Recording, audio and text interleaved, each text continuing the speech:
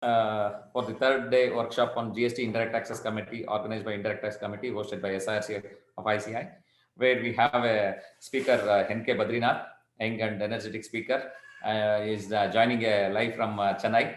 I welcome you wholeheartedly for this session, sir. On behalf of SIRC and on behalf of all the members present here, I wholeheartedly once again welcome you for this session, sir. Uh, N.K. Badrinath is a fellow member of Institute of Chartered Accountants of India, and whereas he has done his articleship in Singvi Shah and Associate Chartered Accountants, and under the guidance of Rajendra Kumar P. Yes, sir, please.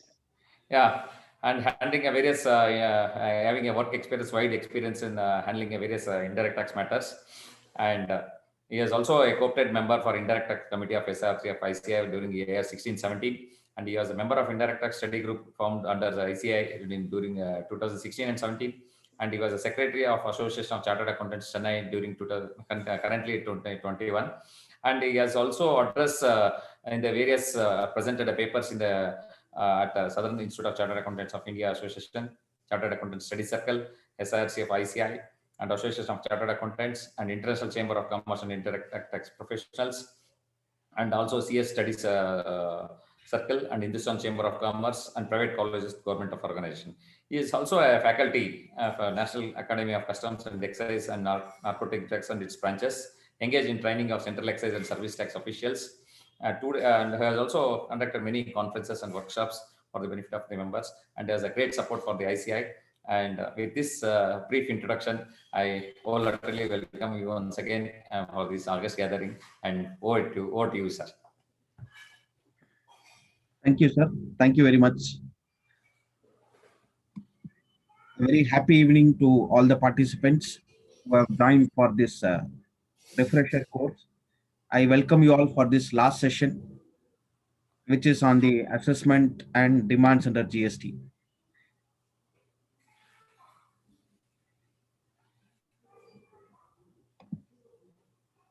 I hope the screen is clear and my voice is audible, sir. Yes, sir. Yes, sir. Thank you, sir.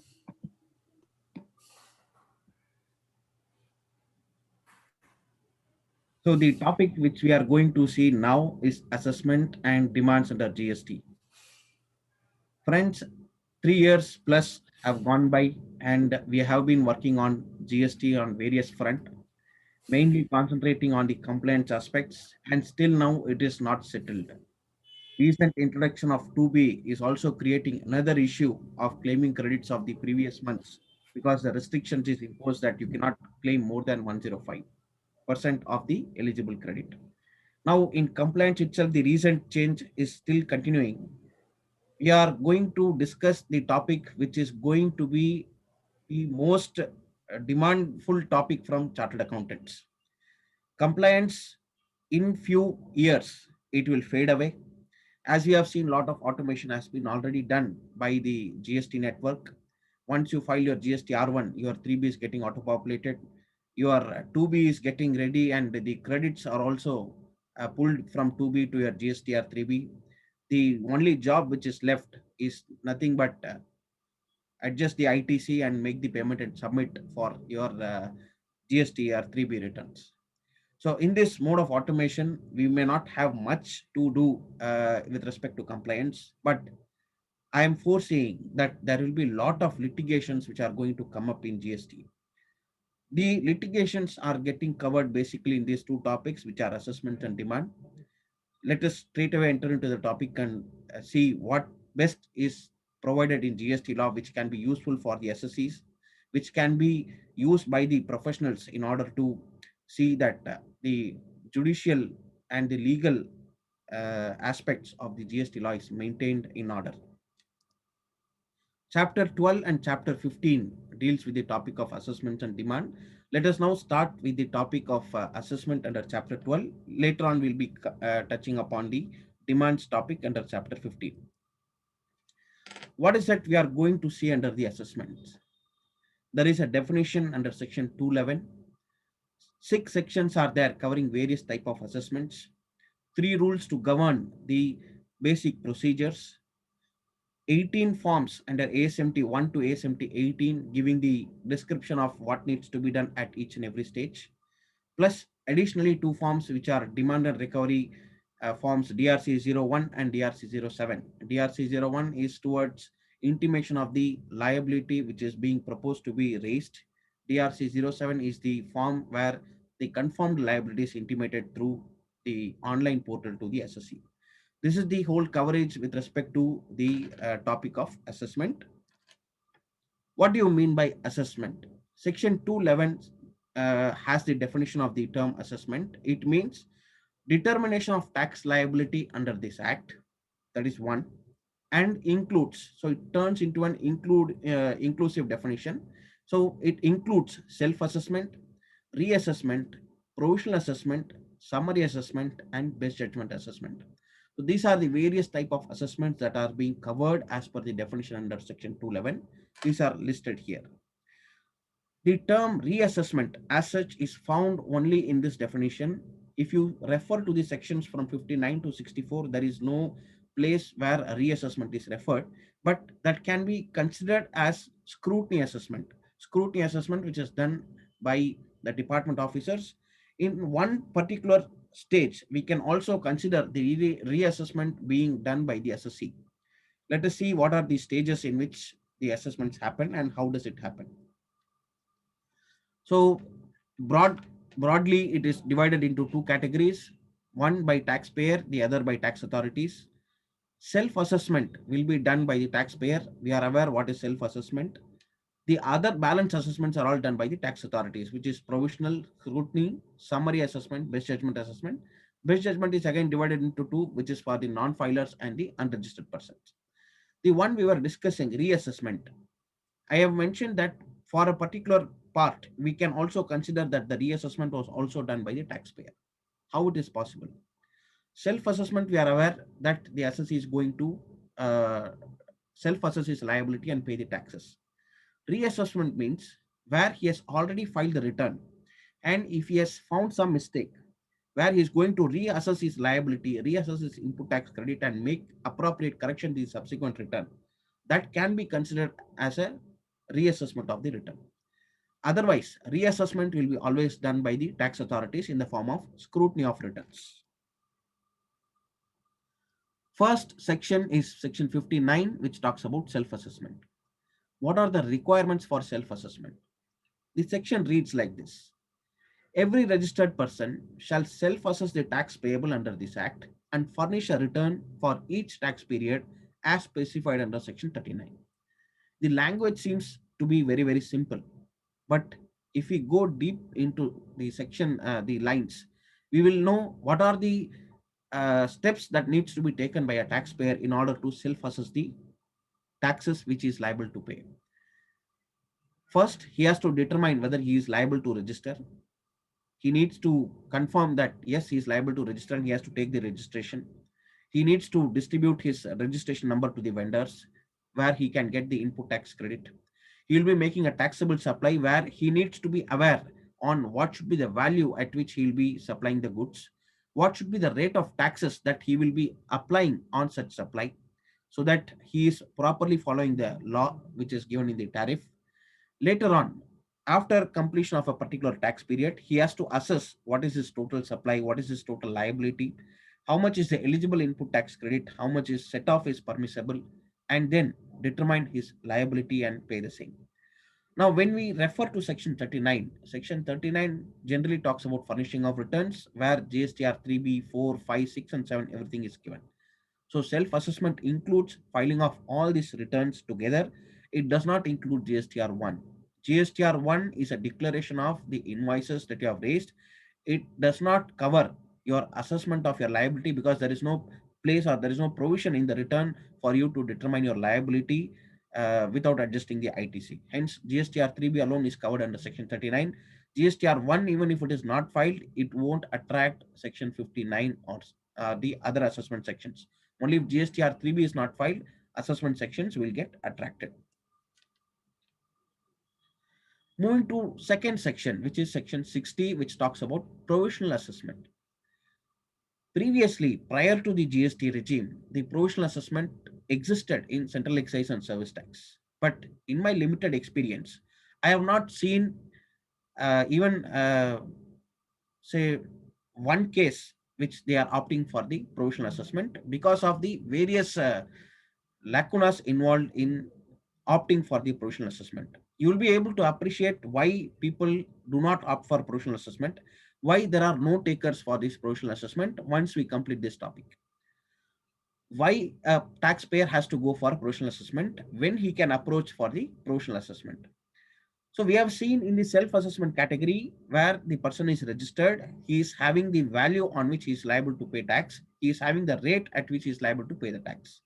Now, what if he is not able to determine the value on which he is liable to pay? What if he is not able to determine the rate at which he is liable to pay? There can be a product which is classifiable under more than one or two chapter headings, but which is correct, he may not be aware.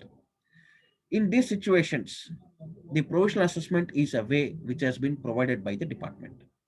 What they say is, where the taxable person is unable to determine the value of goods or services or both, or the rate at which he is liable to pay the taxes, then he can come for provisional assessment.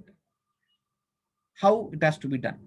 He needs to write to the proper officer, giving reasons, explaining what is the difficulty he's having to self-assess his liability, why he's unable to do the same, and then request him for permitting him to pay the tax on the provisional basis. When I say write to the proper officer, it means that you need to give an online application. We'll refer to the procedures also later. What is the timeline within which the officer needs to respond?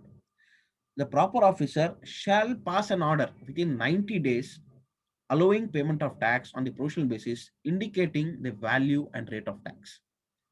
So here the proper officer will be taking up almost 3 months time to determine what should be the value on which you will be paying the tax if you are not having the value, what should be the rate of tax which you will be paying if you are not having the rate.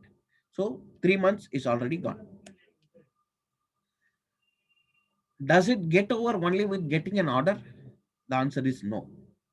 The taxable person is also required to execute a bond with a surety or a security to pay the differential amount between the finally assessed tax and the provisionally assessed tax. Now, for example, if I say that I am not aware on what is the rate that needs to be paid, either I should pay at 5% or I should pay at 12%.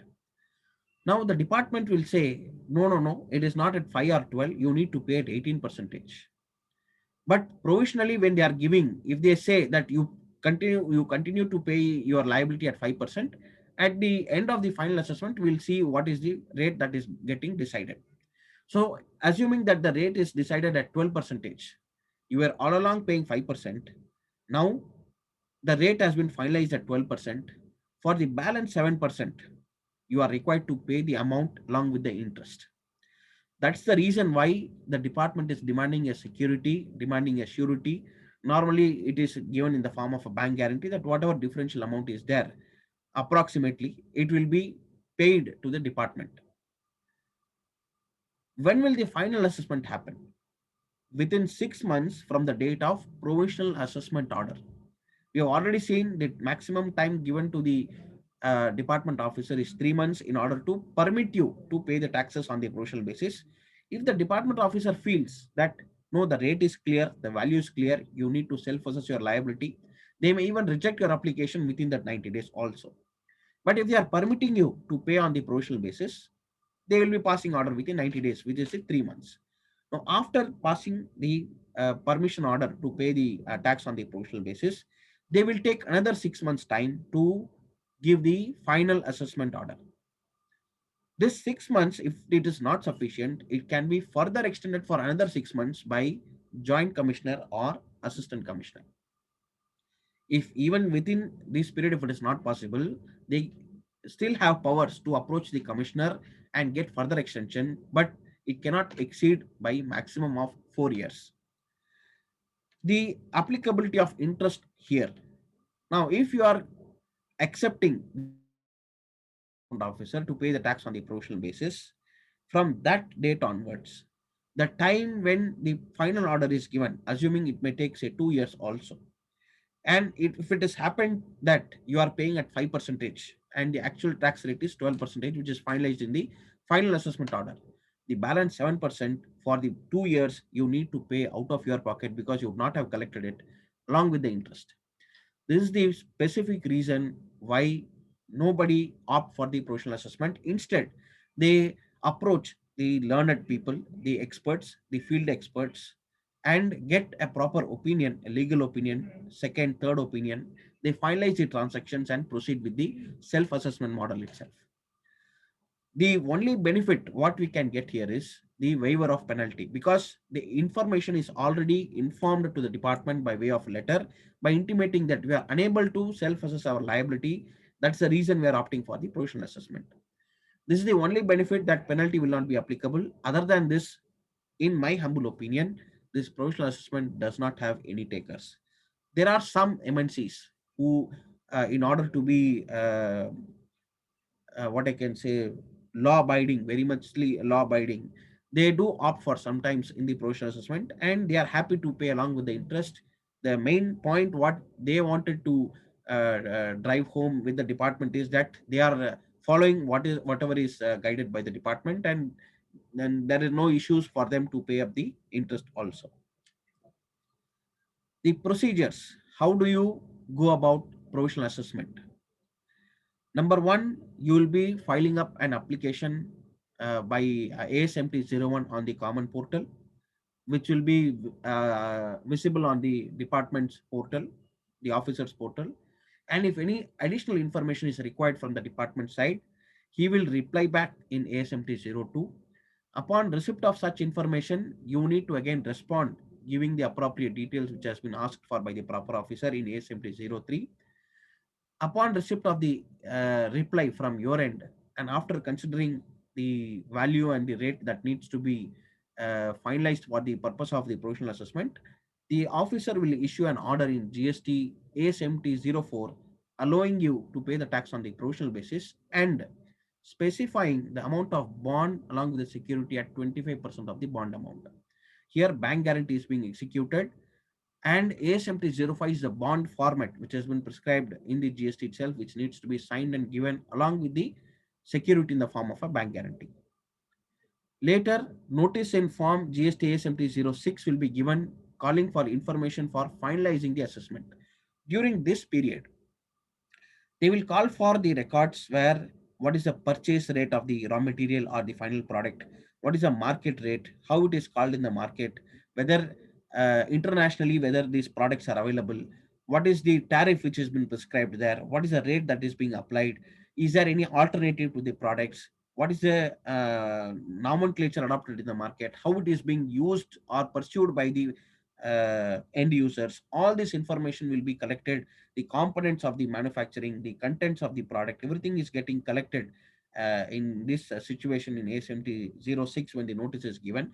With all such information, they will proceed to uh,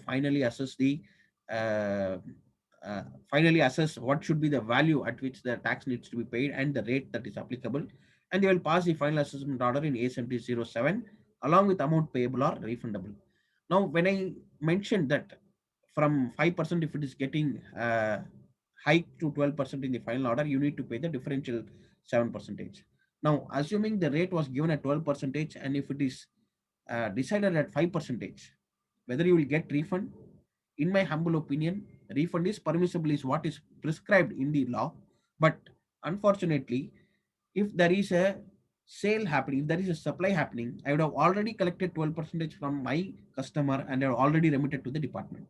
So getting again the balance 7% differential will be unjust enrichment for me, and hence that refund also will not be available to me. And during that period, I will be costlier than the market, because market may be charging at 5%, and due to the provisional order, if I have been beginning to charge at 12%, I'll be becoming costlier in the market. After ASMT 07 is given, the taxpayer needs to honor whether the amount is payable. He has to make the appropriate payment along with the interest for the period in which he has paid the short payment as per the provisional assessment order till he meets the final liability as arrived in the final assessment. Once he completes the payment, he needs to file a applicant needs to file ASMT 08 for release of the security which was given in the form of bank guarantee along with the bond in ASMT 05. Upon realizing the payment of final assessment in ASMT 07, within 7 working days, ASMT 9 will be issued by the department by releasing the security. That was the procedure, and these are the forms which are in chronological order. It is arranged for you for reference. This is ASMT 04 form. I have not given fully. I have just given the crux of the form, where you will find here that this has reference to your application mentioned above, reply dated so and so, furnishing information or documents in support of a request for provisional assessment. So then upon receipt of information, whether they are allowing or not allowing will be mentioned. And the particular condition which is mentioned here is the provisional assessment is allowed subject to furnishing of a security amounting to rupees so and so, which they will decide in the form of bank guarantee normally, and bond prescribed format by particular date. If the bond and security are not furnished, this order of the provisional will become null and void, and the application which is submitted by you also will be treated as an invalid application. Moving to the third section, which is section 61, which we also discussed the scrutiny of returns or reassessment. So first we have seen under 59 where documents are there, value is available, rate is available, self-assessment was done. 60, we saw that value is not there or rate is not there, so provisional assessment was done. Now for the people, those who have filed the returns, the next job will be to scrutinize the return from the department side.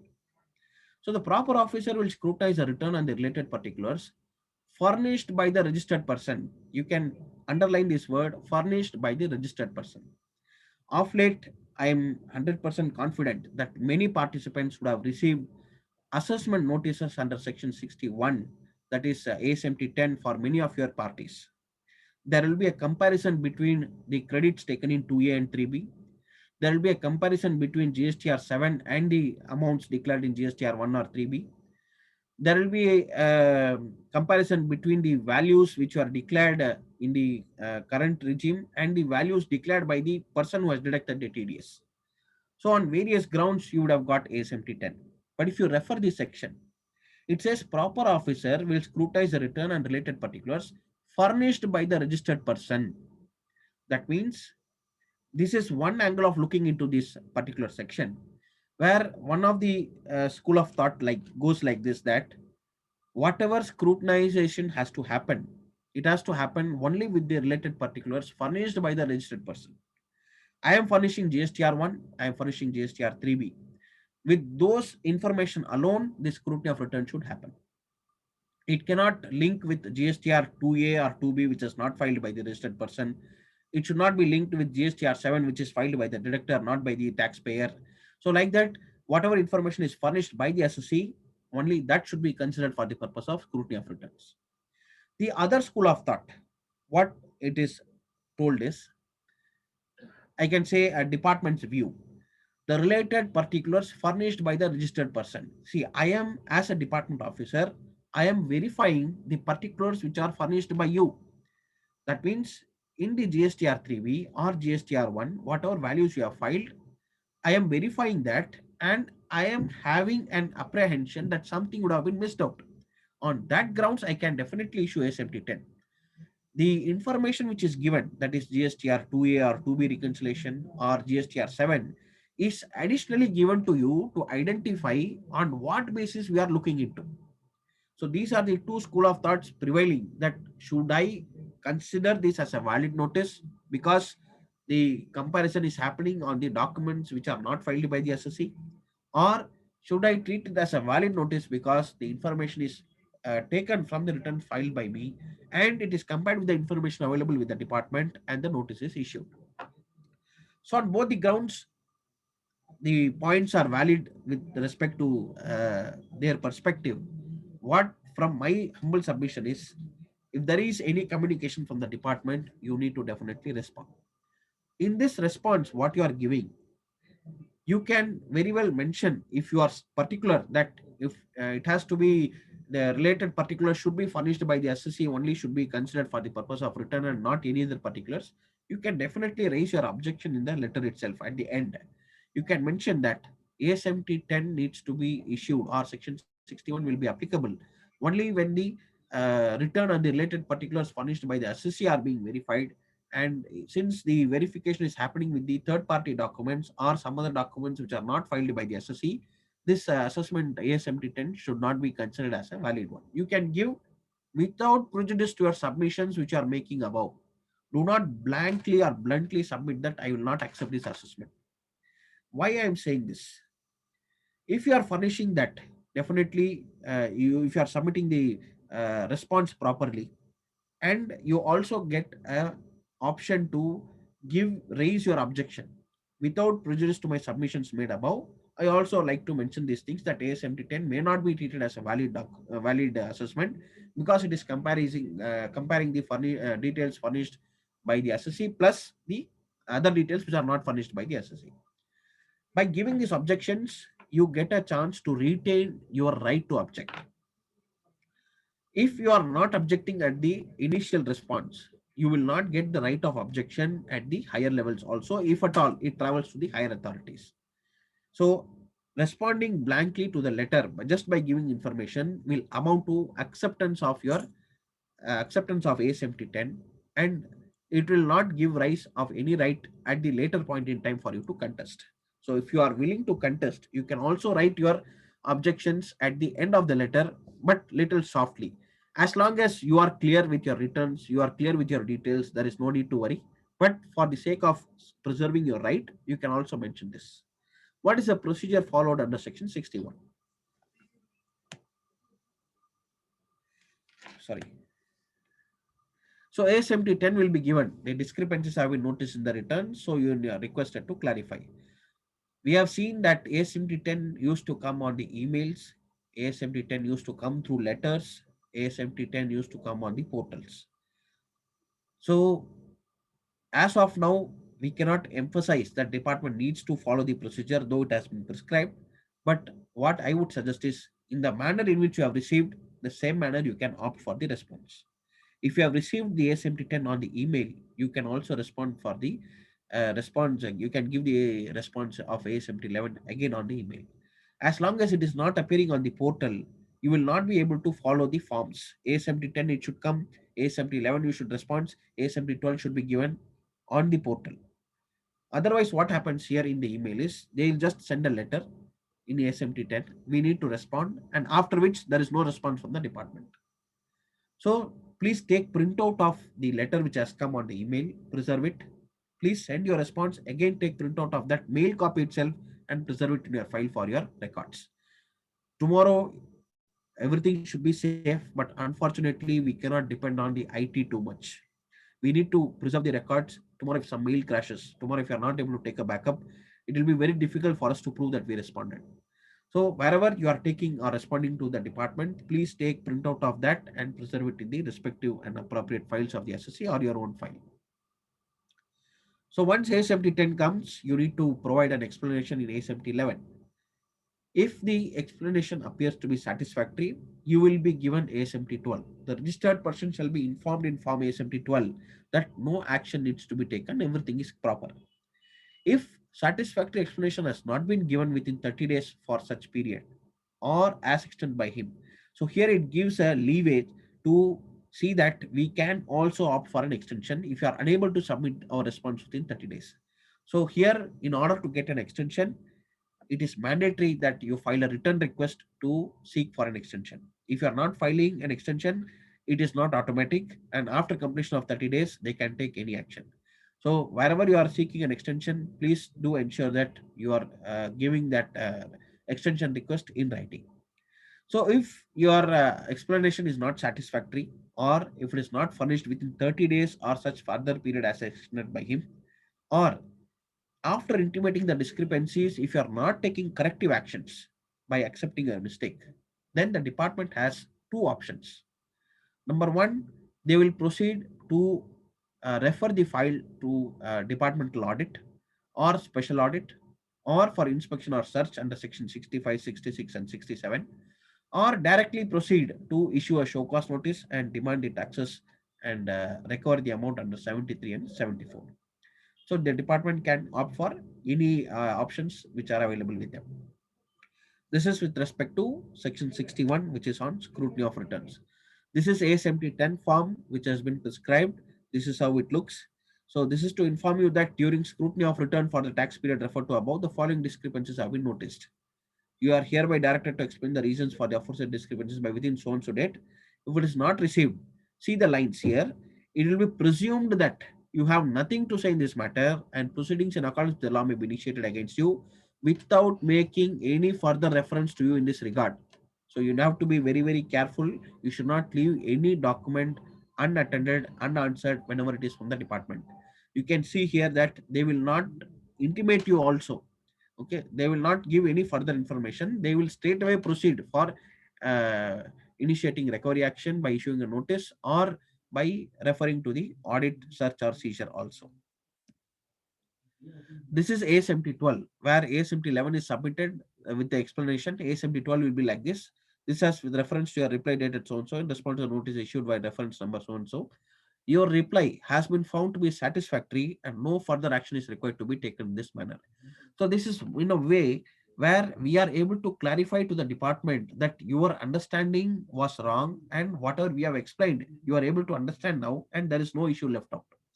Or in a way, the assessee can also find out that if at all any mistakes has happened from his side, and if he is able to rectify that, he is also uh, what I can say is reducing his interest cost. Whatever liability was to be paid, he can pay at that moment itself, so that his interest cost is freezed up to that moment instead of identifying at the after 3 years or 4 years during the audit, etc., or after the end of the 1 year, even when the GSTR 9 and 9 are being done. So instead of having a lengthy period, if at all if it is identified from the department side, it will be easy for the SSC also to correct his mistakes. So I will see that this is a very good opportunity. One, for the SSC to rectify his mistake. Two, for the department to understand the transactions in a proper way. Department can understand in a wrong way also and start issuing notices. So it will be our obligation to explain them that this is a transaction, this is the tax applicable, or this is the exempt transaction where tax is not applicable. So in this way, we'll be able to clear the air so that there are no further proceedings on that particular point, at least for that year. Moving to next section, which is section 62, assessment of non-filers of returns. Non-filers of return will be for those people who are registered, but they are not filing the returns. I will refer to a circular number 129 dated 24/12/2019. Of late, you would have seen now that you have been receiving SMSs that dear taxpayer, with the GST number, it seems you have not filed your returns. Kindly file it at the earliest. Do not avoid last minute rush, right? You will be getting SMS of late for those associates who are not filed the return on up to a particular date. So this is a system generated SMS will be given. Even mails are also sent after the particular due date is complete. Mail is again sent to all the defaulters saying that you are requested to file the returns immediately. And form GSTR 3A is issued if still there are no filings within 5 days of the due date. So if due date is completed, 5 days they will wait. After 5 days, form GSTR 3A will be given. And after that also, if there is no response, the officer is authorized to initiate best judgment assessment if you are not filing the return within 15 days of GSTR 3A. This also has been put into practice. How does that 62 operates? Let us see. Notwithstanding anything to the contrary contained in section 73 or section 74, the section itself begins with a non-obstinate clause where it states that notwithstanding anything to the contrary contained in section 73 or 74. Now 73 and 74 are part of our session. We'll discuss that. But one point I would like to take it from this for reference here. 73 and 74 contains a procedure in which a notice needs to be issued. It prescribes that a personal hearing should be given, the matter from the assessee should be heard, and then an order needs to be passed. So here the line says, notwithstanding anything to the contrary contained in 73 or 74. So irrespective of the procedure prescribed under 73 or 74, 62 will operate. How it will operate? Where a registered person fails to furnish the return under section 39. 39 we have already seen regular returns that needs to be filed, or section 45 which is final return. Even after the service of notice under section 46, we have already seen 3A. So even after service of notice under section 46, if returns are not filed, the proper officer may proceed to assess the tax liability of the said person to the best of his judgment, taking into account all the relevant material which is available or which he has gathered, and issue an assessment order within a period of 5 years from the date specified under 44 for furnishing of annual return for the financial year to which the tax not paid relates. Here, the proper officer will proceed to assess the tax liability to the best of his judgment. So, when the returns are not filed by the assessee, he will look into what are the 2 year transactions. He can look into what are the past transactions, whatever have happened, what are the EVA bills filed by the assessee during a particular month. He can assess how much can be the liability, how much input can be permissible to him, what is the balance liability, and if at all the period is elapsed, that input also will not be available. So based on the GSTR1 transactions, based on the e-way bill transactions, based on the past transactions, he can, whatever comes to his mind, to the best of his judgment, he can decide and pass an assessment order. What is the importance of this assessment order? This is where we are mentioning, notwithstanding anything to the contrary contained in 73 or 74. 73 or 74 says notice needs to be issued, personal hearing to be conducted, and then you decide based on the submissions from the assessee. Here, the notice which was given under section 46 to file the return within 15 days, that itself is being considered as a show cause notice. And once that is considered as a notice, the next portion will be passing of the order. So the officer will pass an assessment order itself for the non-filers under section 62 within the time period prescribed. What is the relevance of this order? Once an order is being passed, within the completion of 3 months, if the taxpayer acts on that, well and good. If there is no action taken by the taxpayer after the end of 3 months on the date of issuance of the order, section 78 and 79 gets attracted, which are the recovery provisions, and without any further notice, based on the demand which has been confirmed by this assessment order, the officer can proceed for recovery of the dues directly by initiating recovery proceedings, which can also include freezing of bank account or a seizure of the properties, etc. So that is where the receipt of this assessment order is very, very important. Next, they also give an option where the registered person furnishes a valid return within 30 days of the service of the assessment order under subsection 1. We have seen that the officer will treat the notice under section 46 as already a notice being issued, and he will pass the assessment order. So if the registered person is filing a return, valid return within 30 days of the service of assessment order, the said assessment order shall be deemed to have been withdrawn. So this is one of the best option I can say, where the entire order is deemed to be withdrawn, but the liability for payment of the interest under section 50 or the payment of late fee under section 47 shall continue. The penalty applicability, if we check under section 62, read with rule 100, as of now, the section and rules are also silent. The form contains the provision for the penalty. You can see the form here, the tabulate column at the end of the form, where penalty is imposed. Penalty column is there where penalty can be imposed by the officer. Wherever there is a non-payment, short payment for more than 3 months, or where there is a short deduction or short collection or short deducted and collected not paid. In all these cases, section 122 gets attracted, which are penal provisions. There the tax liability is rupees 10,000 or the tax amount whichever is higher. Now whether 122 can be applied here under section 62, that's the question. Normally, if the notice are issued under 73 or 74, the appropriate penalties as given in the particular sections are being imposed. Under section 62, there is no mention about penalty, but assessment order is mentioned there. Assessment order can be passed by the SC, and it also covers that if the valid return is being filed, the assessment order shall be deemed to have been withdrawn. So if it is deemed to have been withdrawn, and there is no mention about penalty, that the liability of payment of interest and late fee alone will be continuing. So by this, I take a clue that penalty will not be emphasized under section 62. This is the ASMT 13 form, the assessment order under section 62. This is how it will look like. The details all will be provided, that you have not appeared or you have not provided the details, hence you have decided to decide pass the assessment order on the best judgment basis, and whatever values which have been finalized by the by the taxpayer officer will be combined, and tax liability will be computed and order will be passed. Coming to section 63, assessment of unregistered persons. So we have seen already non-filers, that is those people who have filed, those people who are registered but not filed the returns. Here people are unregistered itself.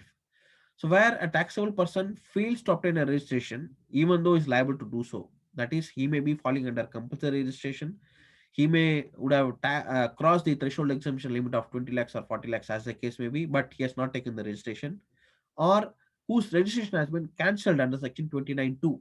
He has been continuing to do the business, but because of 29(2) cancellation, he could not pay the taxes further, and he continues to do the business. So in those cases also are also getting covered here, because as on that particular date, once their registration are cancelled, they become unregistered persons and they continue to do the business. So they are liable to pay the taxes. So the officer will issue a notice in ASMT 14. Here you can refer that notice is being issued. The order is not passed directly. ASMT 14 and notice is being issued. An opportunity of being heard will be given. That is, you will be called to the department. Personal hearing will be conducted, asking reasons as to why we should not impose the tax payment on you, why we should not impose penalty and interest on you, etc. DRC 01 will be given. Summary of demand that is being proposed under ASMT 14 will be given, and 15 days of time will be allowed. So ASMT 14, the time limit is only 15 days. Within 15 days, the assessee needs to respond.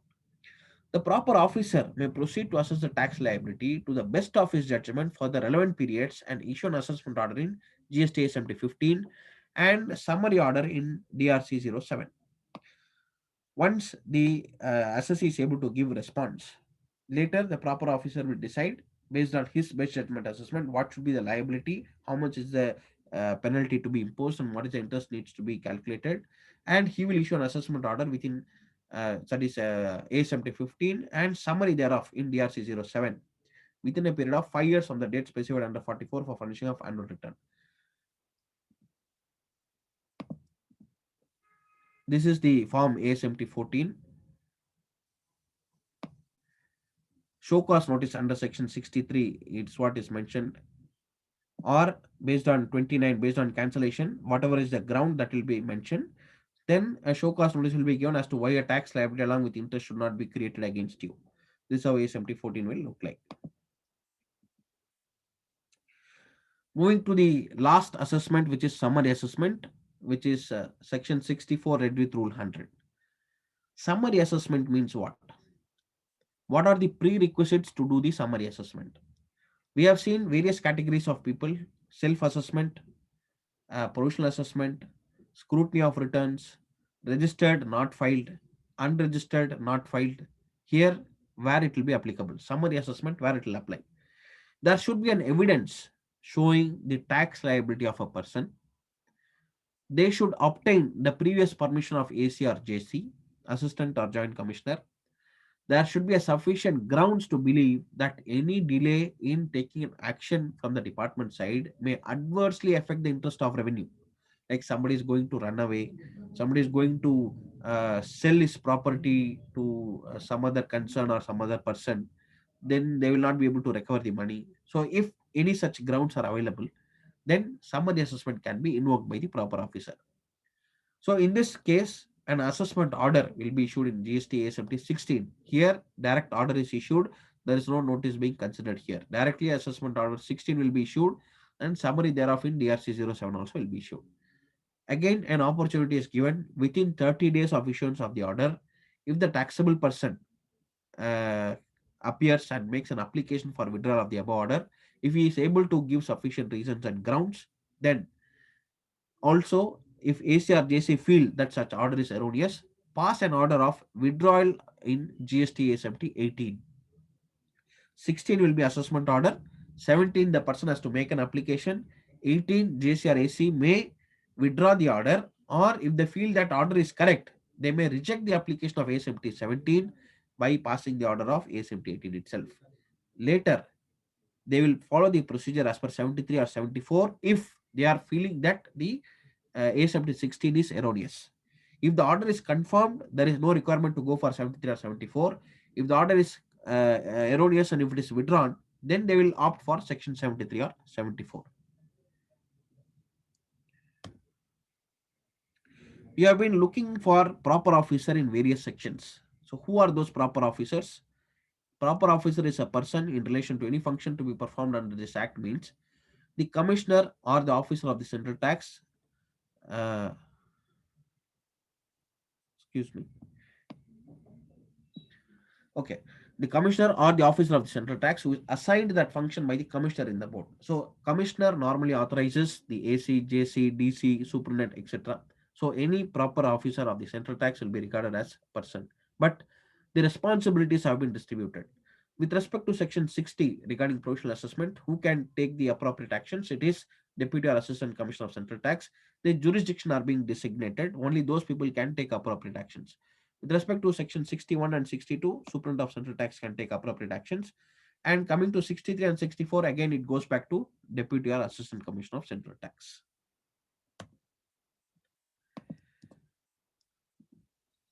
So with this, we conclude the topic of the assessment. We will move on to the next topic, which is chapter 15 on demands. I will wait for a few seconds here to see if anything is okay. Um, Officials from SARC, sir. So can we have a break for 5 minutes? Please, Since the session is from 5 to 8. please, sir. So No, before start, yeah, we'll start in another 6:42, 6:43 precisely. Yeah. Thank you, sir. thank you. Thank you very much.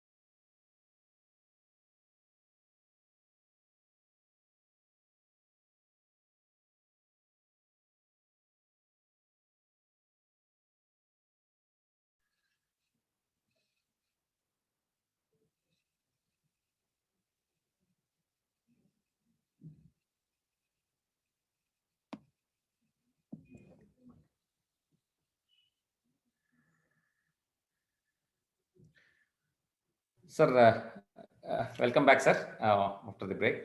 Yes, sir, you can continue the session, sir. Thank you. Thank you, sir. Welcome back, participants. I hope the audio and video is clear. Can I get a confirmation on the chat box, please? From the Yes, sir. from the participant. Yeah, thank you. Thank you very much.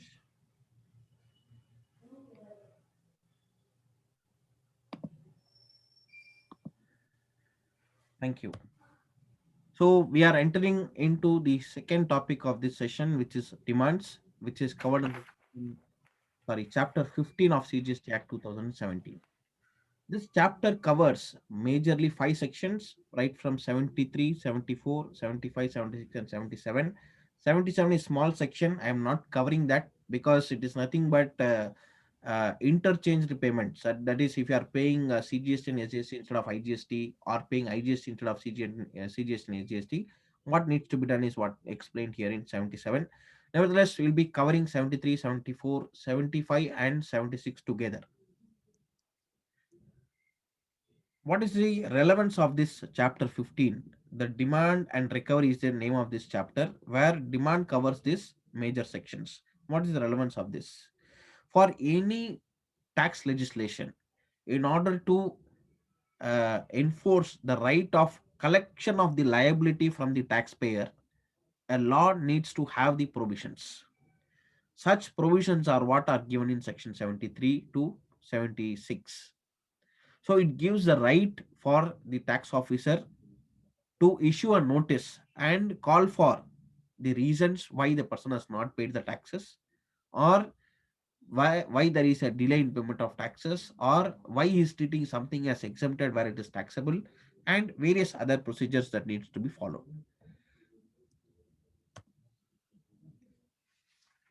Issuance of a show cause notice. In short, we call as SCN. SCN is nothing but a notice served on the taxpayer asking him to show cause as to why a particular action should not be taken by the department. As such, in GST, show cause notices can be issued on various parts. Since today's topic is restricting only to the demand, I will touch upon the show cause notices issued under section 73, 74, and 76.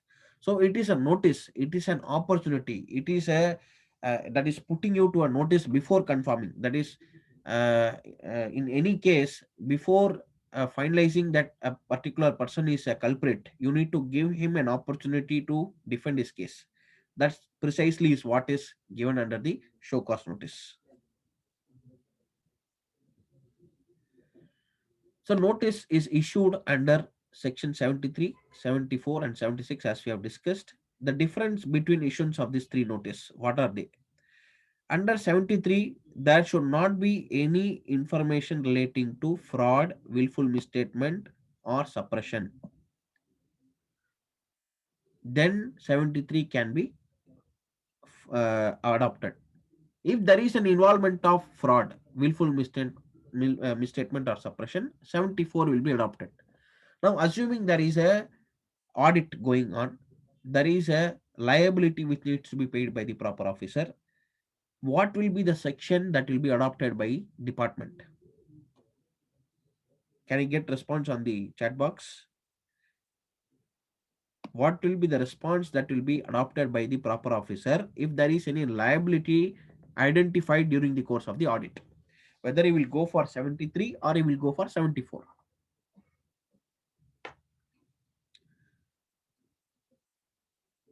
Okay. Few people have replied 73. Few people have replied 74 as usual. Good. Let us see the difference. 73, it says it should not contain fraud, willful misstatement, or suppression. 74 says wherever fraud is there, wherever willful misstatement is there, or wherever suppression is there, the notice should be issued under section 74. The proper officer will always see that the taxpayer has suppressed the facts. Taxpayer did not declare. So he may go for section 74. But there are situations where, for example, a person has taken an ITC which is not appearing on the 2A. Now, when the audit officer says him that this is not appearing in your 2A, please pay the amount. And presuming that the taxpayer does not defend, he says that, okay, sir, amount is small, I don't want to litigate. In that case, he cannot go for 74. He has to necessarily issue notice under 73 because non-appearance of ITC in 2A cannot be related with fraud, willful misstatement, or suppression. So hence, depending on the issues, depending on the case on hand, either 73 will be issued by the officer or 74 will be issued by the officer. So Mr. B. Sudarshan has given an appropriate answer diplomatically, saying it depends on the situation as what we concluded. Very good, sir. Thank you. Coming to section 76. Now we have seen already 73 is there, 74 is there. What is the requirement of section 76? 76, when this notice will be issued? Collection of amount in name of tax and not paying to the government is sufficient to invoke this section. Now in 73 also, there can be a situation where collection of taxes happened or he has not paid. 74 also, there can be a situation where collection of tax is there but not paid. But why this particularly section 76? On 76, there is a only ground is if you have collected any amount in the name of tax, and if you have not paid to the government, department can take action also under 76. We will further understand the other provisions so that we get complete grip of all these three sections.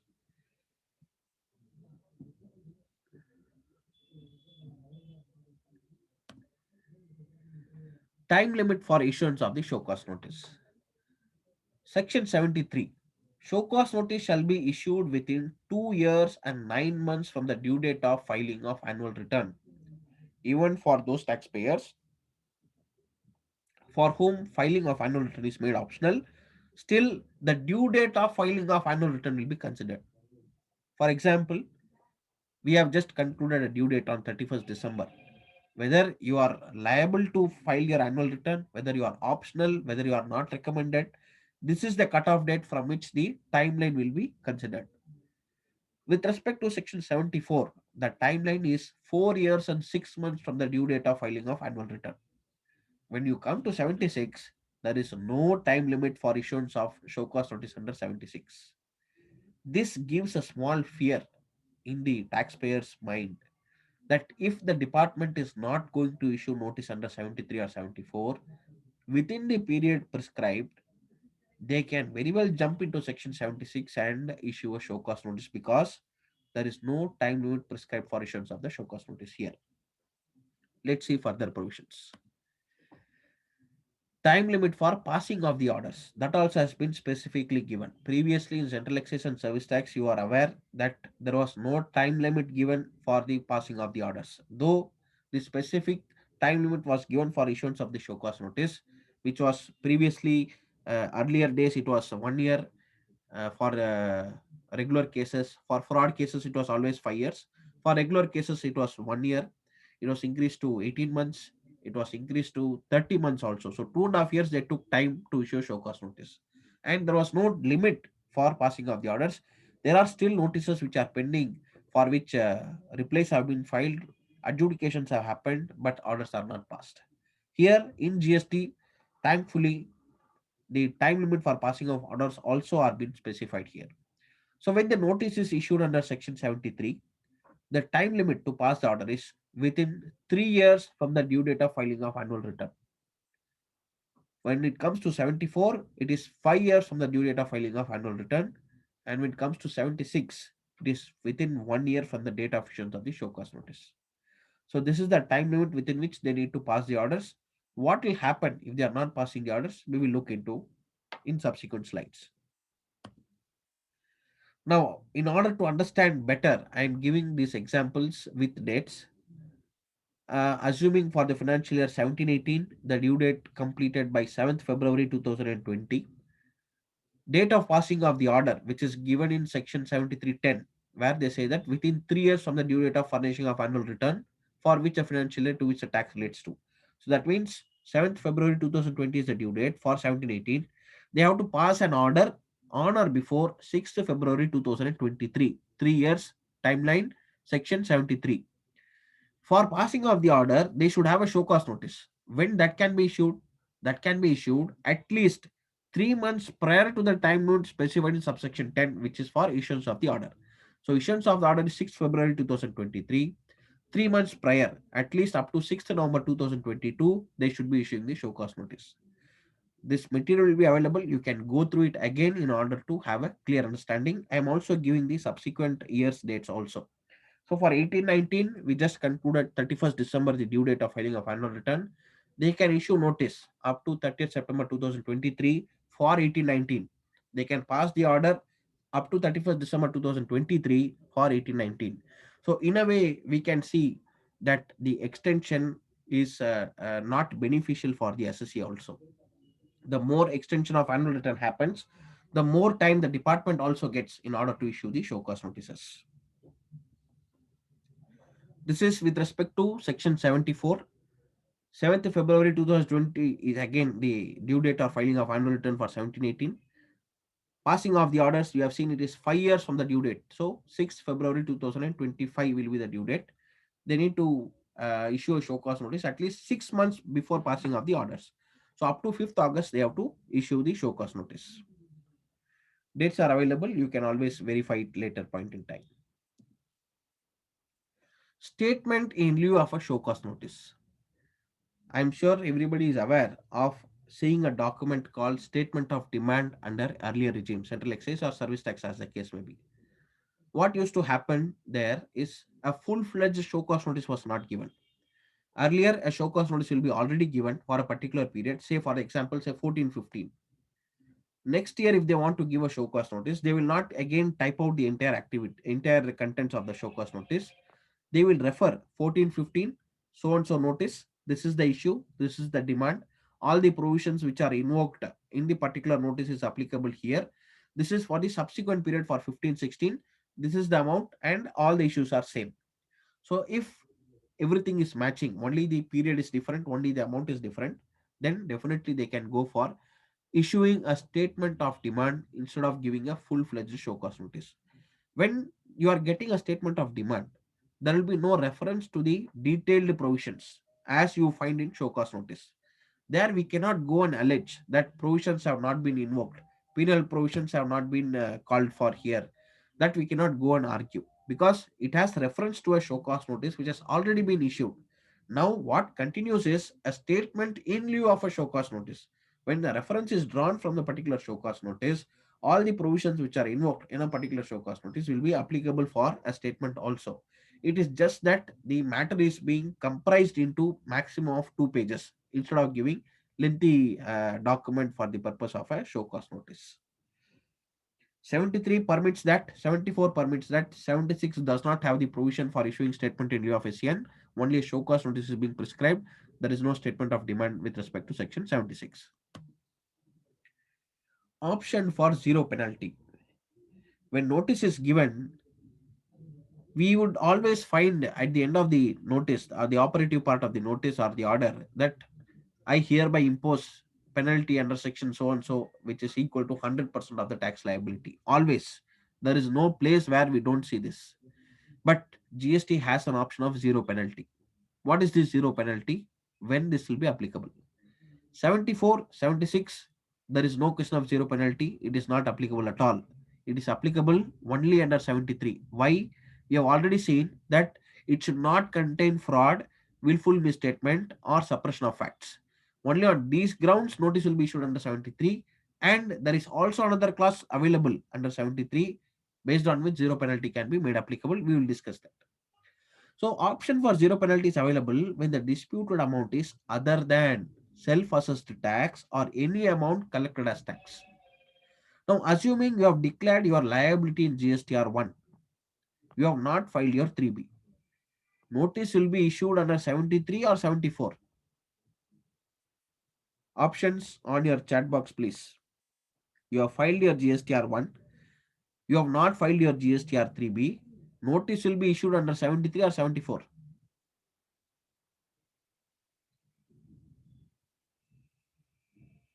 Good. Lot of answers. Again, I would say it will depend on the situation. It will depend on the situation. When the officer is able to understand that there is no fraud, there is no willful misstatement, there is no suppression, then he can issue under 73. But if he determines that you have declared your liability in R1, but you did not pay the same in GSTR 3B, then definitely this will be regarded as a suppression. The assessee can argue, on the other hand, that I have already declared my liability in R1. There is no suppression involved. There is no fraud involved. I am liable to pay this amount, but because of various other reasons, I could not pay. So it will depend on the situation, the circumstances at each and every point. Here, what happens is your liability is already self-assessed by you in GSTR 1. So you will not be permitted to go for zero penalty. I'll repeat again. Option for zero penalty is available only when the disputed amount is other than self-assessed tax or any amount collected as tax. If you are self-assessing, you are declaring that this is my tax liability, you are not in for zero penalty. If there is a liability under section 73, which is nothing but the amount which you have already collected as tax but you have not paid, you are not in for zero penalty. But when this will be applicable? When can the zero penalty can come into the picture? When the demand is not relating to your self-assessed tax or it is not relating to any amount collected as tax. Two situations comes to my mind when I talk about this. If it is not a self-assessed tax, That means it should be a tax which I'm paying out of my pocket, where I would have already treated a particular transaction as an exempt transaction. During the course of audit, it would have been identified that I am liable to pay tax on the particular transaction. Here, there is no self-assessment of tax being done. I have not collected any amount of tax, but I am liable to pay. Here, the option of zero penalty can be made applicable for this case.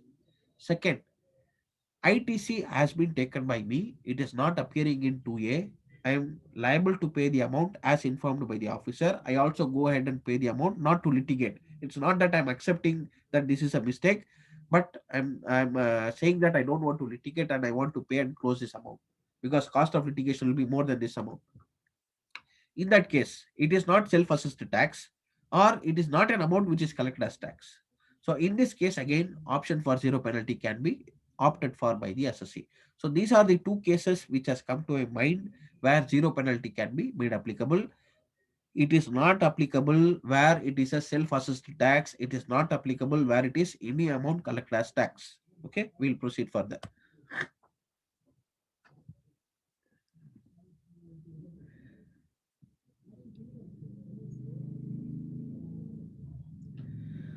So how does this zero penalty apply? Option one, before show cause notice. So during the audit or inquiry or investigation at any point in time, if there is any amount is getting calculated by the officer as tax payable by the tax person, by the taxpayer, and not being a self-assessed tax or any amount collected as tax, before if you issue an SCN, if the person pays the amount along with interest, there is no penalty applicable. I'll repeat again, the audit inquiry is happening. If the liability is determined, if the taxpayer is paying the said amount along with interest, the said liability is not a self-assessed tax or any amount collected as tax, then there can be an option for zero penalty. No penalty will be applicable. Second option, show cause notice is being issued. Again under 73. If you are paying the amount along with interest within 30 days, if you are paying the said amount along with interest within 30 days, again, it should not be a self-assessed tax. Again, it should not be an amount collected as tax. Then also there is no penalty. These are the two situations where zero penalty can be opted for by the assessee. If any assessee is facing this situation, they can very well go for this option. They can take the benefit of this option where they will not be uh, required to pay any penalty here. So what are the forms used here? Option one, before issue we have discussed, where form GST DRC 01A will be given. 01A normally is given by the audit party who is conducting an audit, where you are agreeing and you are paying the amount by way of DRC 03. DRC 04 will be issued by the officer saying your conclusion of proceedings. That means all the proceedings which are initiated against a particular taxpayer relating to this particular issue will be concluded. Now, assuming that in the DRC 01A, there are 4 issues where you are agreeing for 2 and not agreeing for the balance 2, then what will happen? You will pay the DRC 03 amount for the 2 issues where you are agreeing. For those 2 issues, the proceedings can be concluded. For the balance 2 issues, notice will be issued to you and you need to contest. And after issuance of SCN, if you find that these 2 issues are also are a meager amount, I don't want to contest, then what will happen? So DRC 01A will be issued to you. Part B, you would have contested that I am not agreeing to the allegations of these 2 issues. Wherever it is agreed, I have paid already. So these 2 issues I am not agreeing. Then a show cause notice will be issued. And if payment is made along with the interest within 30 days, again, time limit is very, very critical. Within 30 days of issuance of the show cause notice, DRC 05 will be given where the conclusion of proceedings will be intimated or an order will be passed for subsequent level. That is, penalty will be imposable later on. What are the penal provisions? How much penalty will be applicable? We have seen zero penalty clause in 73, but 73 also has penalty clauses because the amount can be self-assessed tax, the amount can be an amount collected as tax. So in those situations, penalty is 10% of tax liability or rupees 10,000, whichever is higher. So the maximum penalty that can come is 10% of tax liability or 10,000 rupees, whichever is higher, which is under section 73. When it comes to 74, which is involving fraud, which is involving misrepresentation, suppression of facts, here the penalty is applicable at installments in stages. At first stage, it is 15%, next at 25, next at 50. Three options are given for the assessee to come out, and if it still doesn't come out, it can be 100% of tax liability. I'm not saying that the assessee has to opt and come out of that. The assessee is strong enough, definitely he can contest, and if he is victorious, this 100% also will become zero. Coming to section 76, there is no breakup, there is no zero penalty. Straight away, 100% of tax will be imposed as a penalty. Deemed conclusion of proceedings. There is no deemed conclusion of proceeding with respect to 76, so I have not included that column. With respect to 73 and 74, as we have discussed earlier, if tax is paid along with the interest before serving of the show cause notice, proceedings are deemed to be concluded. We have seen for zero penalty clause also. Here under 74, proceedings will be deemed to be concluded upon payment of penalty of 15% of demand amount plus the demand amount and interest. It's not that only penalty of 15% will be applicable. Tax, interest plus 15% of the amount demanded. This is applicable at the stage where tax is paid along with the interest before serving of the show cause notice. Now, once a show cause notice is served, what will happen after that? 73 also has the provision of no penalty, which you already seen. All proceedings shall be deemed to be concluded. On the other hand, under 74, once the notice is issued, you lose that 15% category, you will fall under 25% category. So once a notice is issued, within 30 days, you need to pay the tax, interest, and 25% of the demanded amount as penalty. Then proceedings can be regarded as deemed to be concluded. If tax is paid along with interest within 30 days of the order, here the second option was within 30 days of issuance of a show cause notice. The third option is if tax is paid along with the interest within 30 days of the order, show cause notice will be adjudicated and order will be passed. As far as 73 is concerned, there is no particular provision available, but penalty at the rate of 10% of the amount will be applicable, or rupees 10,000, whichever is higher. When it comes to 74, the 25% category is increased to 50% category. So within 30 days of issuance of SCN, 25% is applicable. After passing of the order, but within 30 days of the order, 50% of the tax amount demanded will be regarded as penalty. And even after that, if it is not paid, penalty will be equal to rupees 10,000 or the tax amount whichever is higher with respect to section 74. In 73, the restriction is 10% of the amount due or 10,000 whichever is higher. We talk about suppression under section 74. There was no explanation or there was no meaning given with respect to central excise or service tax regime earlier. But fortunately here suppression has been defined. Earlier in the notice, if you see whatever mistakes was done by the taxpayer will be regarded as suppression. Assessee did not do this, suppression. Assessee did that, suppression. Assessee did this wrongly, suppression. What is suppression is clearly defined here, which in my opinion encompasses all the activities which the assessee can fail to do. Just we'll go through that. Non-declaration of facts or information which a taxable person is required to declare in the return. In a normal GST return, if you are not declaring facts or information, that is considered as suppression. Naturally, notice will come under section 74. 73 will not be invoked here.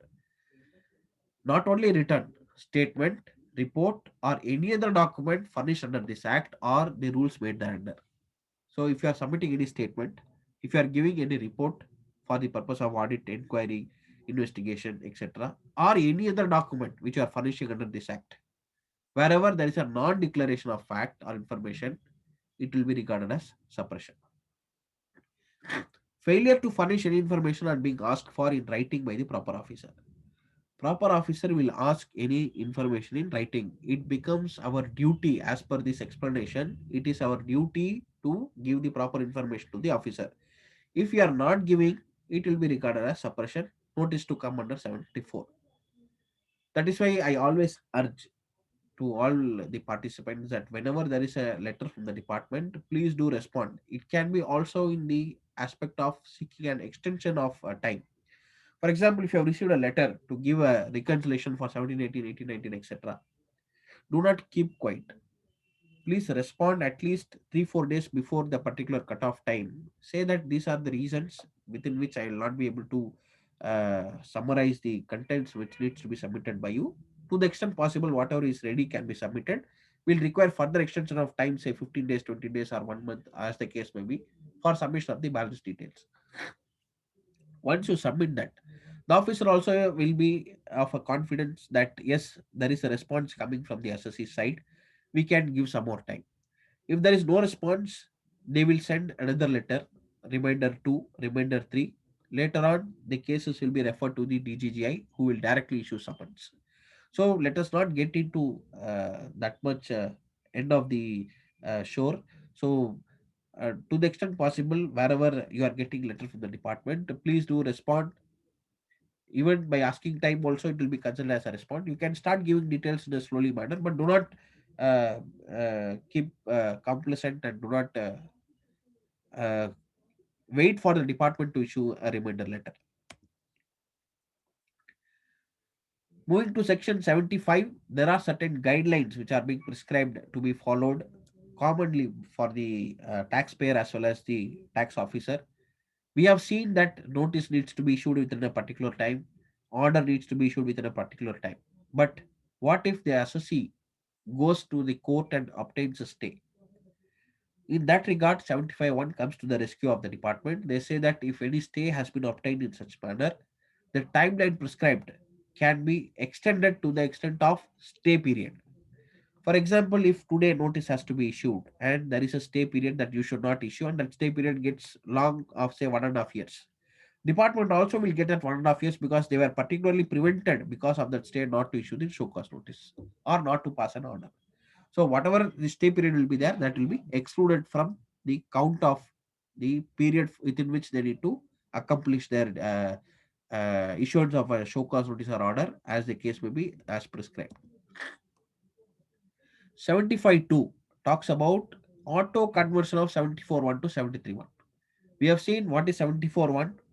We know that penalty clauses range from 15, 25, 50, and 100%. 73 says that there is no penalty, or maximum will be 10% of the tax, or 10,000, whichever is higher. Now, assuming a situation where 74.1 notice is issued, the SSC contests that at various levels, and any appellate authority or tribunal or court confirms that there is no fraud happening, there is no willful misstatement, there is no suppression involved. That means what? 74 cannot be applied at all for purpose of issuing the show cause notice. So naturally, that 74 notice automatically will get converted into 73.1. If the charges of fraud, willful misstatement, or suppression of facts to evade the taxes are not being proved, are not being established by the department, the proper officer has to determine the liability as if notice was issued under 73.1. The advantage here is we have already seen the time limit. Say 74.1, they need to issue notice within 4 years and 6 months.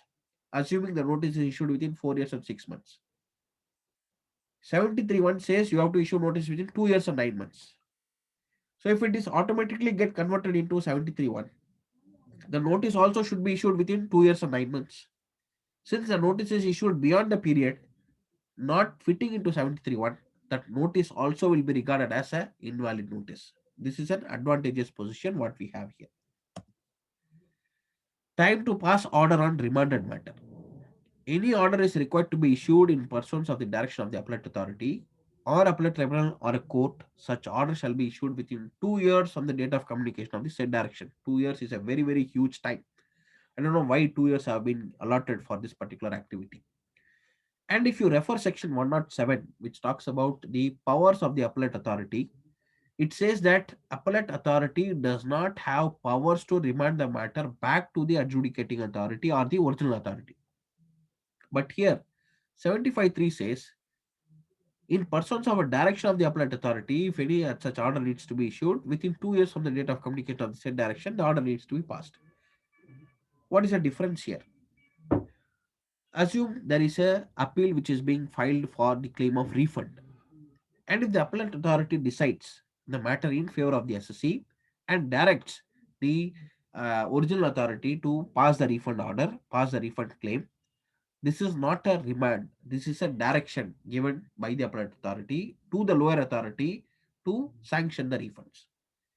Remand matter in the sense where the appellate authority says that this has not been seen properly, that has not been seen properly, this calculation is not correct, that interest calculation is not correct. I am remanding back the matter back to the original authority. This is called remanding the matter afresh. This is not permitted to be done by the appellate authority, but he can give the direction for execution of his order. So accordingly, wherever such direction is given for execution, needs to be complied within 2 years from the date of communication of the said direction. 75.4 talks about personal hearing. An opportunity of being heard shall be granted when a request is received in writing or any adverse decision is contemplated against such person. You can find here that there is a particular mention that when a request is received in writing, personal hearing is the one of the important pillars of natural justice. It is one of the principle of natural justice. If this principle of natural justice is not followed, there are many cases which are held as invalid from the department side also, because personal hearing was not granted. So here we find a line that it says when a request is received in writing, what does this impact? Will they not give if I am not requesting in writing?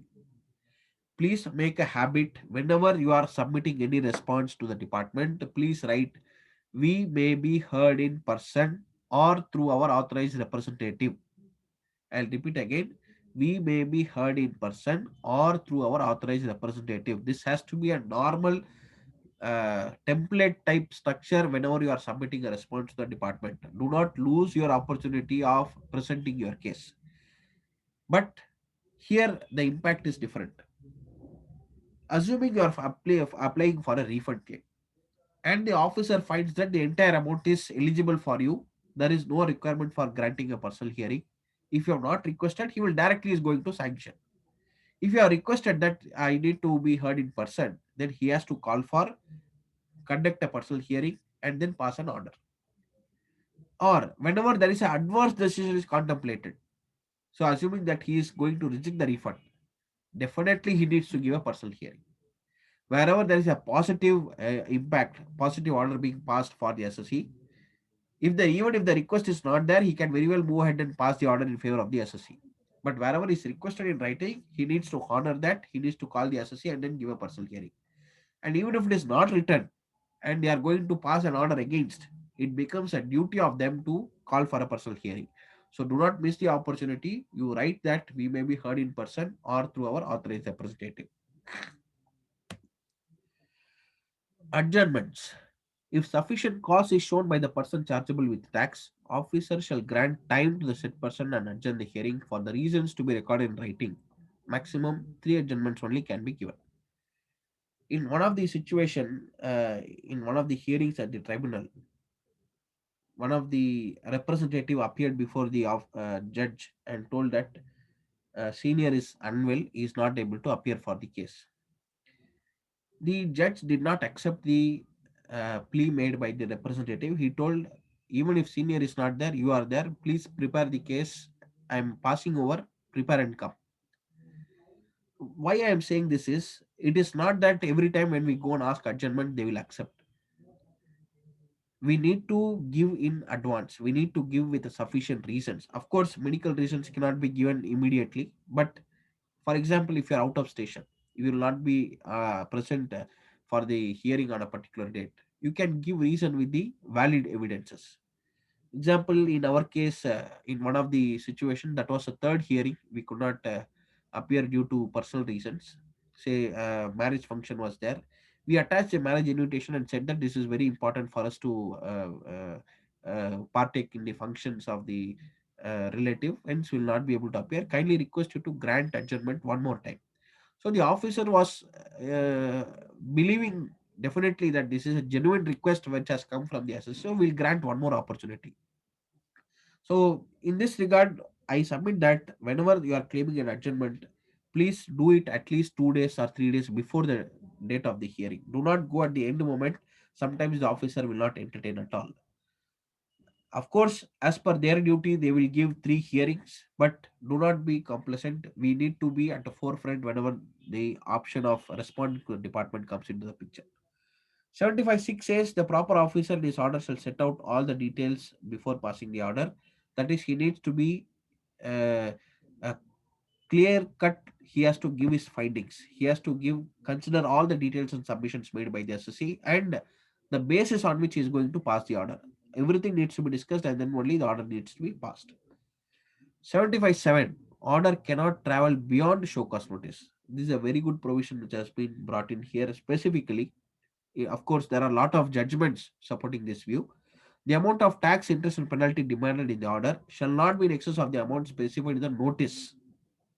So, if a notice identifies that only 10 lakhs is the tax or 10 lakhs is the penalty, while you are passing the order, you cannot increase the same based on various issues or various grounds, etc. You cannot increase the same. Whatever is issued in the notice, that is final, and that is the uh, what I can say. Supreme Court has even said the show cause notice is a foundation on which the department has to build up its case. So once the foundation is given, that's all, and that is the excuse me for a minute.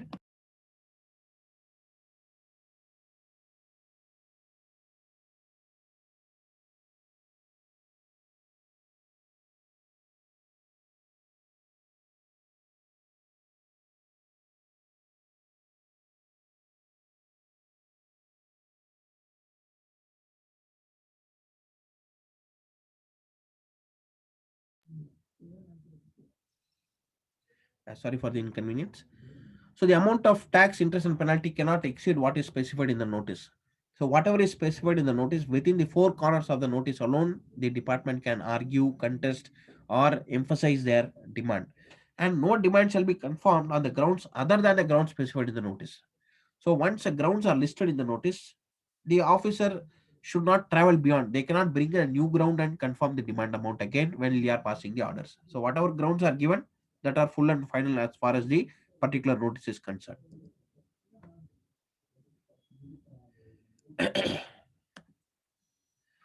Other provisions under section 75, 75.8 says if the appellate forum modifies the demand amount, the modified demand only will be enforceable. You can see the extent where the provisions have been drafted, which requires a particular aspect to emphasize that if any higher authority is passing the order, only the higher authority's order will prevail and it will not apply whatever the order have been passed by the lower authorities. So if a first appellate authority is passing the order, the adjudicating officer's order will not be prevailed. Once a tribunal passes the order, the appellate authority's order will not prevail. So based on whatever the higher authority is passing the order, that alone will be enforceable and not the other orders. 75.9, a dangerous provision. The interest on the tax liability or demand shall be payable whether or not specified in the order confirming the liability. So even if interest provisions or demand of interest is not made in the show cause notice or the order, still the same will be payable. 75.10, time limit for the department. If the orders are not passed within 3 or 5 years as the case may be, which you have seen for 73 and 74 as the case may be, adjudication proceedings are deemed to be concluded. That means you need not do anything. The demand will fail on its own. Coming to section 75.11, this is the case of parking the case in a call book. What do you mean by call book? Whenever there is a similar issue on hand where the department has gone on appeal, and if they find that that particular case is important or it has some relevance for the case in hand, they will wait for that decision to come.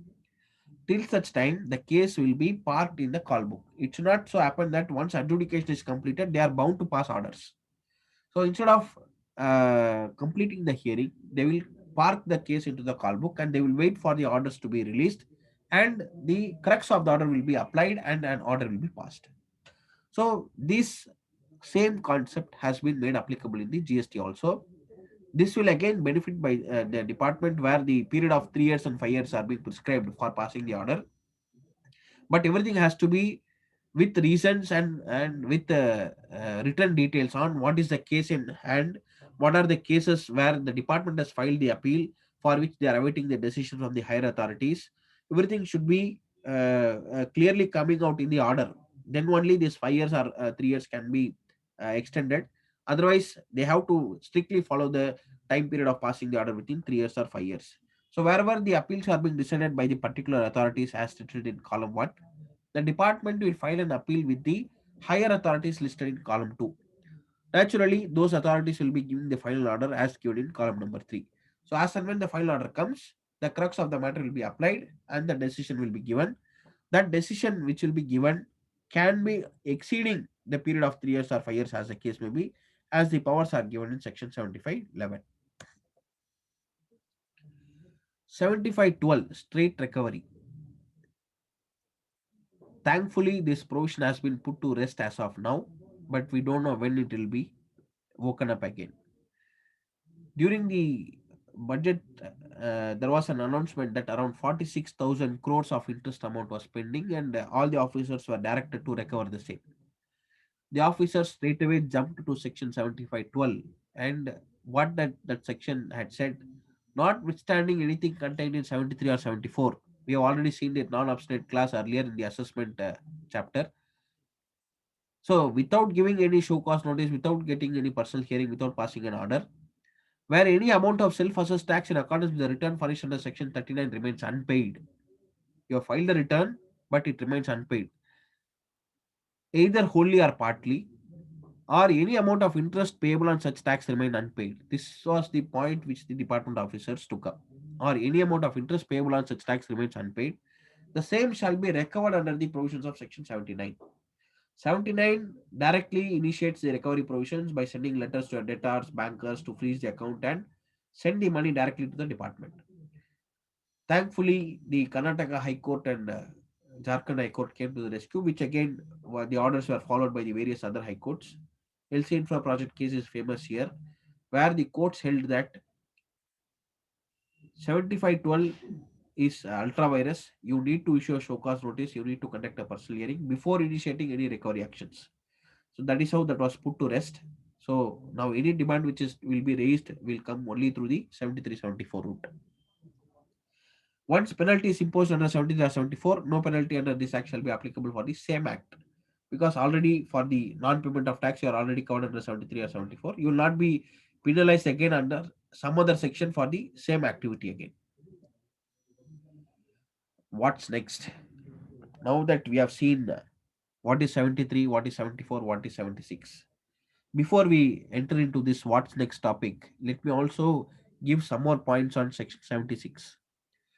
76, as we have seen, there is no time limit for issuance of a show cause notice. There is no requirement of any fraud, willful misstatement.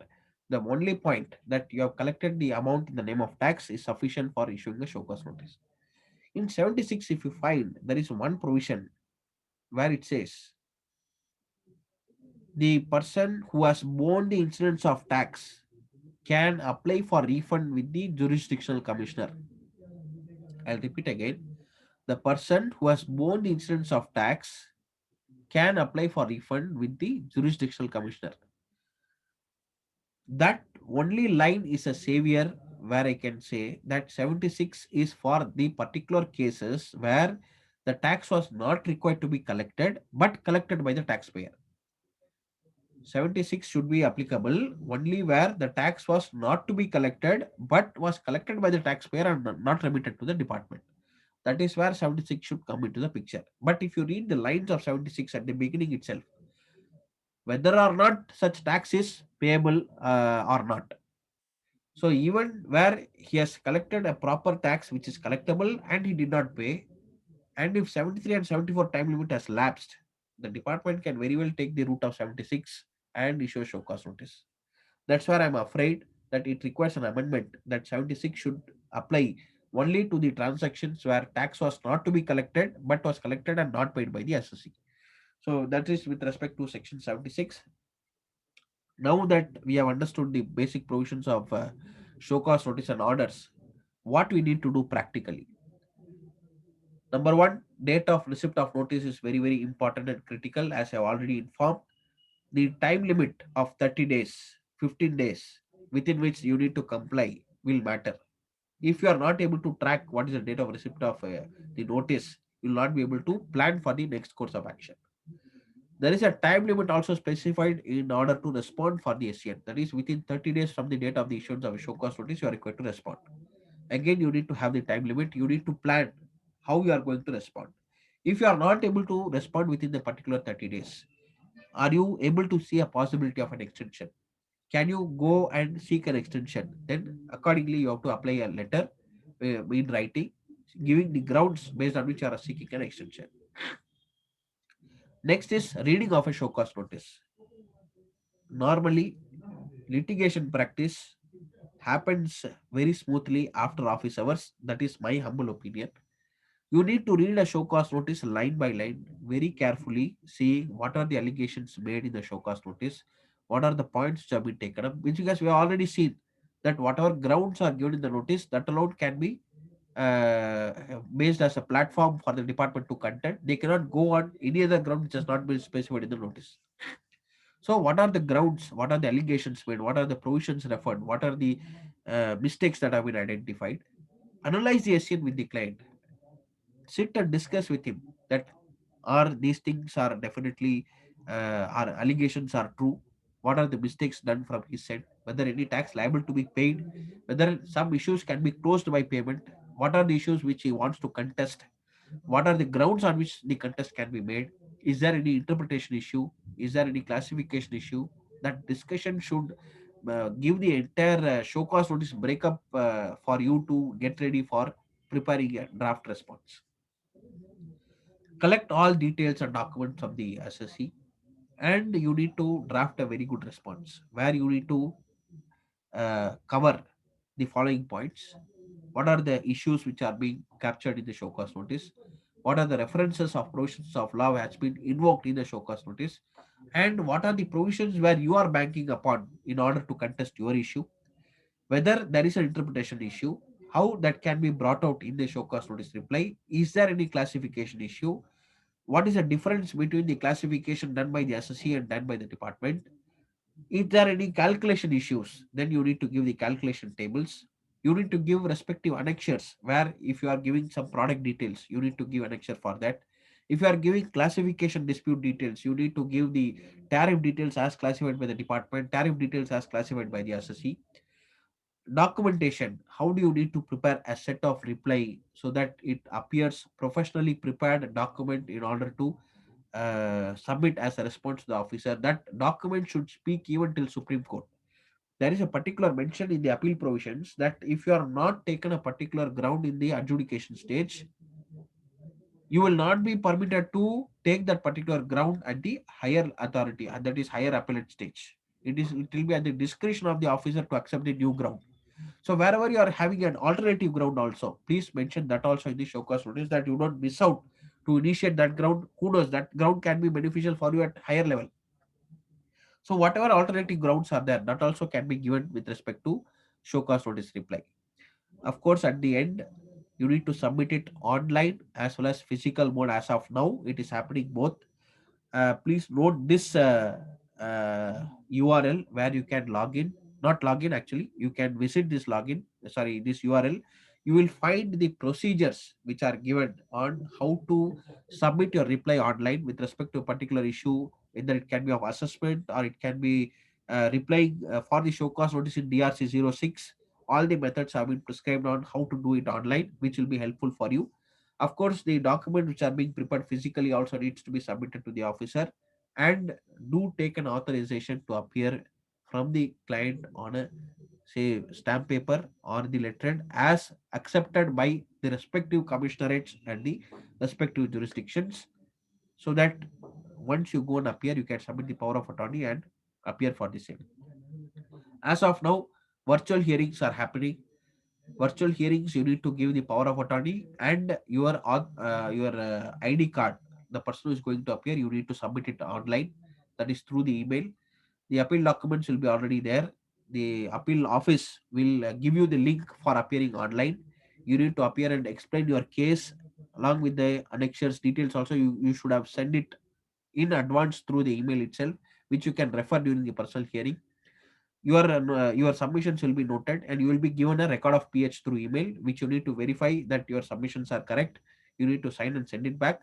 The officer concerned also will sign and give you a copy. This is how the practically it is happening now for the case of virtual hearings. This is what is happening.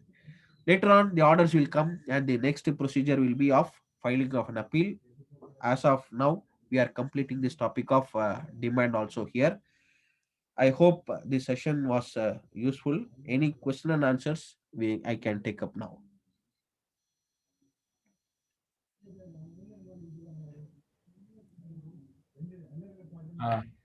Sir, thank you, sir.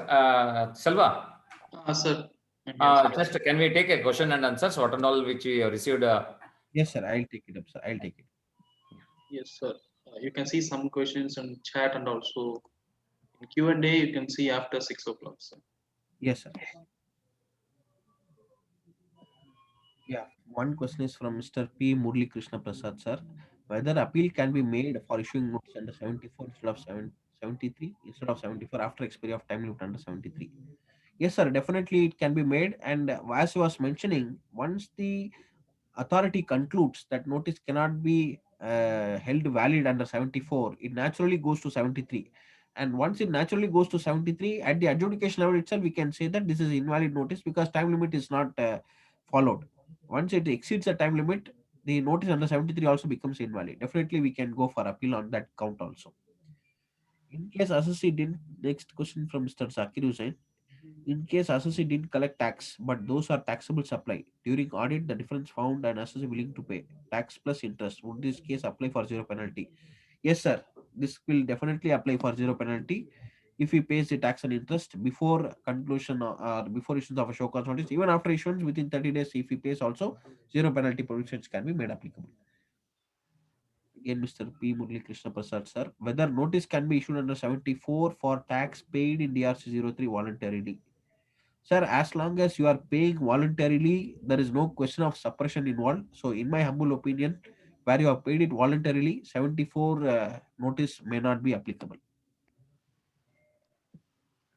Next question from Mr. Sivaraman Narayanan. What is the time frame to request personal hearing under section 75.4? Sir, we need not request for personal hearing. We need to just mention in the response which you are giving. As and when the department will be ready with our case, they will send a hearing notice. They will send it the intimation through email or through portal or through SMS also that you have been called for hearing on a particular date and time. Depending on our availability, we can confirm our appearance or we can ask for the adjournment.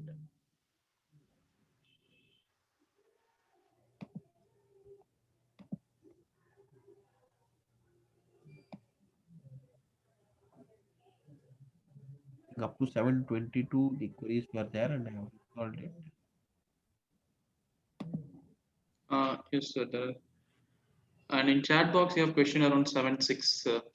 Yes, sir. I'll take.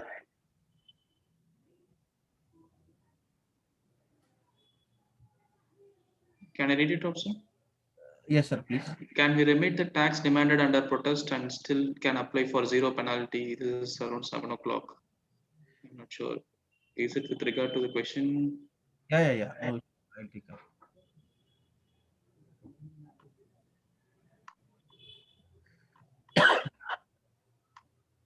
Sir, can you just read the question again, sir? I'm not able to trace here.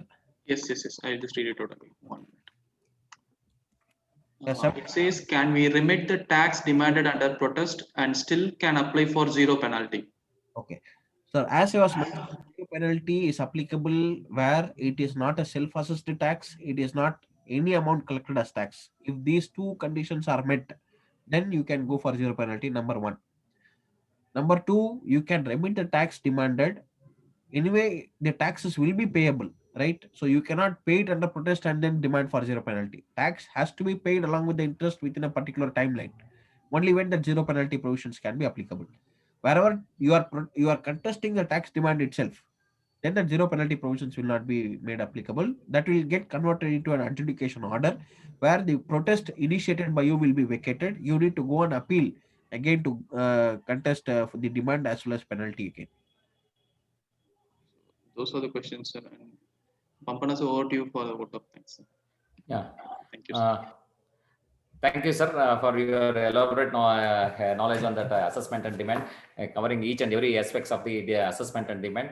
And it was very well covered, sir. Almost all the topics which is covered and almost all the questions has been answered. Members, thank you for your 3 days successfully completing of this GST seminar on refresher course organized by the Indirect Tax Committee and hosted by SIRC. And special thanks to CA Rajendra Kumar sir, who is an instrumental in organizing this seminar and given us opportunity for SIRC to hosting this GST 3 days workshop. And thank you for Rajendra Kumar sir, and also the chairman, DC Jain sir, and all the speakers who has been part of this seminar, and also today's speaker, NK Bharat Kumar sir, and for covering entire topic in this manner and enriching in knowledge on assessment and demand, sir. I personally, behalf of SIRC and on my personal behalf and on all the members present here, thank you, sir, for your time and efforts taken and dedicated your time to the members for the benefit. I thank you once again and all the participants. Without you, this would not be successful. Thank you all, and your participation makes us to conduct more seminars and programs like this to enrich our knowledge. Thank you. Thank you, Anantal. Have a great day, sir. Thank you. Thank you all. Thank you for this wonderful opportunity, sir. Thank you. Thank you, sir. Thank you, sir. Thank you.